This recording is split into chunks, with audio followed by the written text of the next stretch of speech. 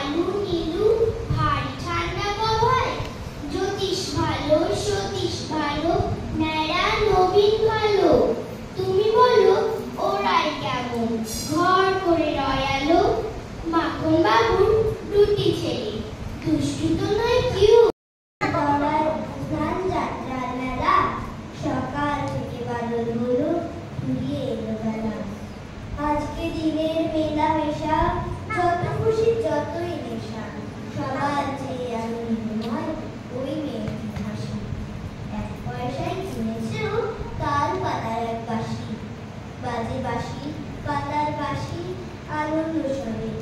হাজার লোকের হর্ষধ্বনি সবার মনে।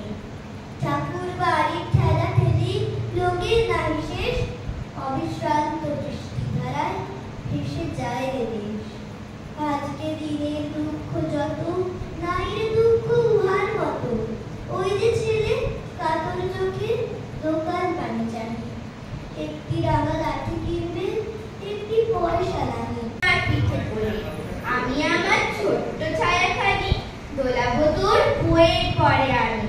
তখন তুমি বুঝতে পারবে না সে তোমার চোখে খোকার ছায়া ভাসে। সন্ধে বেলায় প্রদীপ খানি জেলে যখন তুমি যাবে গোয়াল ঘরে, তখন আমি ফুলের খেলা খেলে টুক করে মা পড়বো ভুঁয়ে ঝরে। আবার আমি তোমার খোকা হব, গল্প বলো তোমায় দিয়ে কব। তুমি বলবে দুষ্টু ছিলি কথা, আমি বলবো না সে কথা। নমস্কার।